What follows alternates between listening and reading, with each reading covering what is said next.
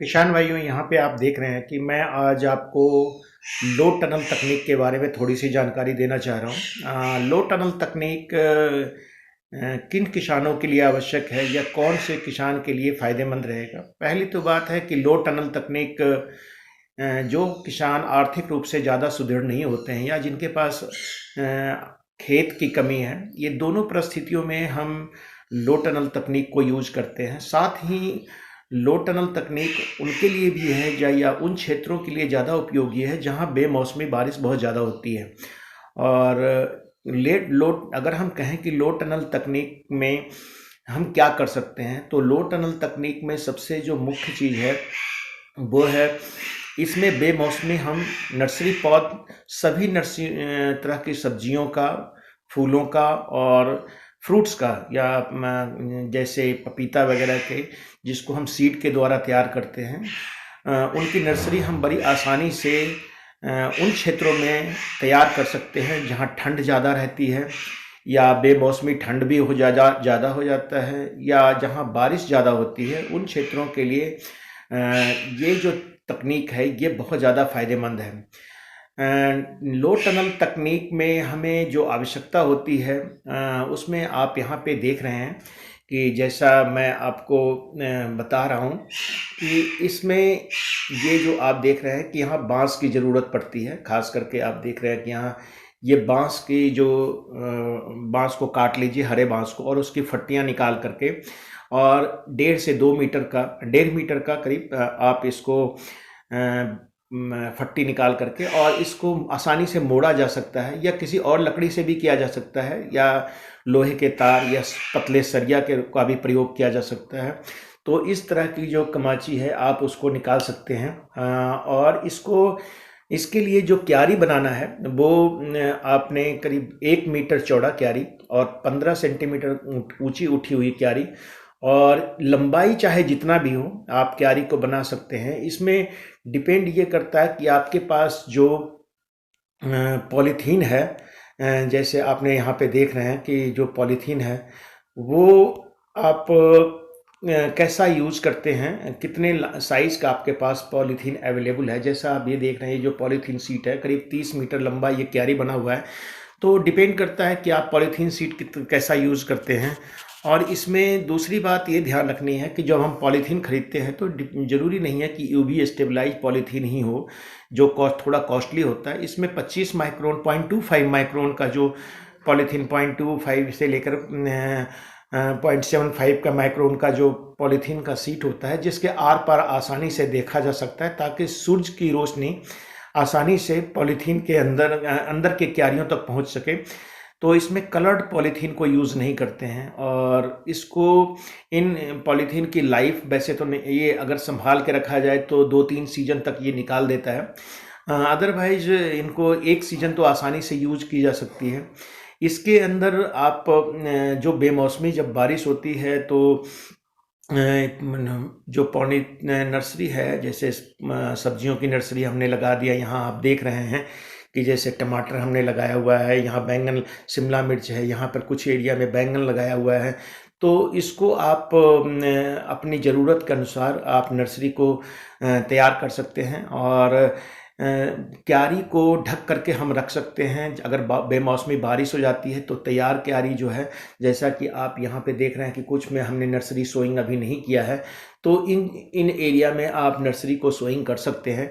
और जैसे ही आपको नर्सरी की आप आवश्यकता, या आप अगर बिजनेस करते हैं तो जैसे जैसे आपका को ज़रूरत पड़ेगी उसके अनुसार आप नर्सरी की जो क्यारी है उसका प्रयोग कर सकते हैं। सबसे जो अच्छी बात इसमें है कि इसे मैनेज करना बड़ा आसान होता है। बहुत ज़्यादा इसके लिए टेक्नोलॉजी की ज़रूरत नहीं है। इसको जैसे हम कई किसानों के मन में प्रश्न उठता होगा कि इसको बीज की बिजाई के बाद लगाना है या पहले लगाना है। तो लकड़ियों को तो आप क्यारी बना लीजिए, उसके बाद ये बांस को स्थापित कर दीजिए। जैसे कि आपने देखा है, कम से कम 2 से 2.5 इंच जो है वो गहराई तक इसको जाना चाहिए, जैसे यहाँ पे लगा हुआ है। और ये गहराई में इसलिए जाना चाहिए कि ताकि ये जो है ये पूरे सीजन तक 1.5 से 2 महीने तक इसको ये खराब नहीं हो।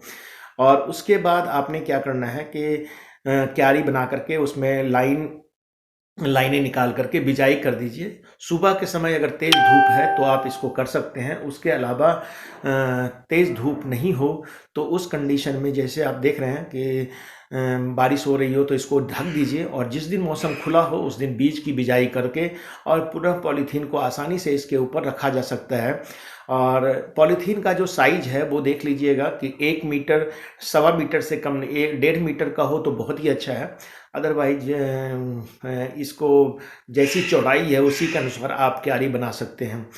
तो लो टनल तकनीक उन किसानों के लिए मैं बता रहा था कि जो फ़ायदेमंद है, जो किसान चाहते हैं कि जैसे सपोज आपने जनवरी के महीने में सब्जियों की नर्सरी पौध तैयार करनी है और जो कि फरवरी में तैयार हो जाए, तो जनवरी में टेम्परेचर बहुत कम होता है, ख़ास करके जो पर्वतीय क्षेत्रों का जो ऊंचे वाला इलाका है, या बेमौसमी बारिश बहुत ज़्यादा होती है और क्यारी बनाने का या नर्सरी बिजाई का टाइम नहीं मिल पाता है। तो उस परिस्थिति में आप नर्सरी पौध के लिए ये लो टनल तकनीक आप प्रयोग में ला सकते हैं। ये तकनीक फ़ायदेमंद तो है ही, साथ ही आपको ज़्यादा इसमें इन्वेस्टमेंट भी नहीं, ज़्यादा खर्च भी नहीं करना पड़ता है, और आपकी ज़रूरत के अनुसार इस नर्सरी पौध को लो टनल तकनीक के द्वारा नर्सरी को समय पे तैयार कर पाएंगे। इसके अलावा मैं कहूँ आपको कि लो टनल तकनीक में वो किसान भी आजकल प्रयोग करने लगे हैं जो अगेती सब्जी उत्पादन करना चाहते हैं। जैसे इसके अंदर भिंडी लगाना हुआ, शिमला मिर्च लगाना हुआ, बैंगन लगाना हुआ, टमाटर है, घिया है, डानी है, करेला है, खीरा है, कद्दू है। इसके अंदर तैयार पौध को हम लगा देते हैं, और जो शुरुआत में जो ठंड पड़ती है जिसमें पौधे की ग्रोथ कम होती है शुरुआत में, तो समुचित रूप से इसमें पौधे की ग्रोथ हो जाती है और टेम्परेचर अच्छा रहने के कारण इसके अंदर मेंटेन रहता है। और तो ये पौधे की जो जैसे फरवरी मार्च के महीने में अक्सर ठंड ज़्यादा कई बार और बारिश ज़्यादा हो जाती है, तो उस समय तक पौधे की अच्छी स्थापना हो जाती है, पौधा स्थित हो जाता है, पौधे की जड़ें डेवलप हो जाती है, पौधों का विकास शुरू हो जाता है। और जैसे मार्च का लास्ट या अप्रैल का फर्स्ट वीक हो, जब आपको लगे कि मौसम में गर्मी आ गई है, तो आप इसको पॉलीथीन को परमानेंटली हटा दें।